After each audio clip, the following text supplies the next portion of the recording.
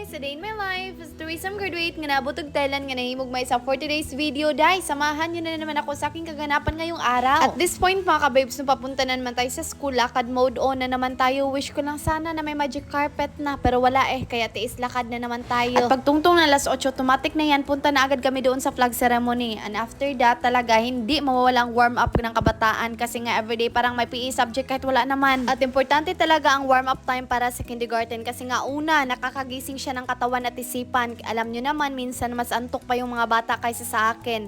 Pero once na may konting stretching or sayaw-sayaw, boom, biglang lively agad. Pangalawa, sobrang dami nilang energy guys. So kailangan muna natin ilabas yung hyper mode bago mag-start ng lesson. At pangatlo mga kababes, no, warm up puts them in a happy mode. Kapag kumakanta na kami ng action song like head, shoulder, knees, and toes, ay naku po, parang concert tour na agad sa classroom. Kaya sa totoo lang, warm up talaga is more than just movement. It's a fun way to start the day right, energized, happy, and ready to learn guys. So huwag matakot kumalago-law kasama ang mga bata. Tandaan, pag sila nag-warm up, ikaw dapat ready din mag-cardio. Because in kindergarten, every day is PE day even without PE class. At fast forward, workshop time na naman, habang yung mga bata ay busy pa rin sa pag-color at pagkat ako naman dito, teacher slash painter slash chemist, busy sa paghalo ng poster color kasi nga magpipaint na naman sila. At dahil wala akong black today, so ang ginawa ko, pinaghalo ko na talaga yung red, green at dark blue. Importante dark siya tingnan, diba? Basta kung ano lang available sa kanang RT or survival mode muna. Ganito talaga sa kindergarten life, dahil minsan hindi lang teacher, minsan mixologist pa ng pintura. At habang nagpipaint na sila, ako naman dito multitasking mode. Tinanggal ko na yung artwork nila from the last week para malagyan na naman ng bago. Ganito talaga, recycle the space, not the creativity. Kasi sa kindergarten, kapag puno na ang wall, hindi pwedeng bawasan ng art. Tatanggalin mo muna para may VIP spot ulit ang bagong masterpiece. Kung hindi kasya sa wall, tanggalin mo muna, pero wag mo itapon, baka maging exhibit pa yun sa future. Kasi at the end of the semester, lahat ng artwork ng mga bata, i-display namin yan, parang mini art exhibit, kinder edition. At fast forward, tapos na po ang kainan guys. Diretso na agad tayo sa afternoon routine ko ngayon. Oras na para gumawa ng assignment, checking sa mga activities at PowerPoint prep para sa next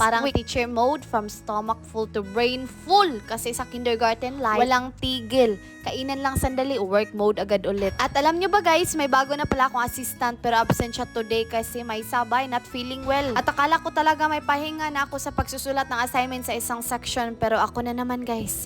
Dahil walang ibang magsusulat at bukas time na naman magbigay, walang choice tayo kundi teacher mode on ulit. Parang sa kindergarten life, minsan teacher ka lang, minsan multitasking superhero ka pa. Pahinga, pero challenge accepted. Pauwi na pala ako dito, pero alam nyo ba, lamig na dito sa Thailand. Wala mang snow, pero parang naka-aircon ng buong kalsada dahil kaya ito nga napapayakap na lang sa sarili. Parang hug therapy on the go. Fast forward tayo mga kababes, no, may nakalimutang bilhin pala tayo ngayon for today's video. Kaya dali-dali kaming pumunta doon sa bilihan. At pumunta kami dito sa malapit na ang tawag nila ay Lotat. Kung sa atin pa lutos, parang mini adventure na rin. At alam nyo na talaga kung anong bibilhin ko, mga ingredients para maging crispy ang ulam. Pero may oil naman tayo, mga spices doon kasi nga ang kulang ay flour para naman maging crispy konti ang ating manok. Baka sa susunod na araw na ililipad na talaga tayo at tubuan ng pakpak. At pagkatapos niyan ay pumunta na agad sa counter para magbayad. Syempre naman day, hindi tayo pwedeng alis kung hindi magbabayad kaya baka naman day ma-issue at matrending tayo dito for today. At may nakita kaming buko dito na binibenta. Syempre binili na rin namin. At alam nyo na guys, minsan na lang talaga tayo makatingib ng fresh coconut kaya grab the chance habang may pagkakataon. Parang bonus pa sa grocery trip, no?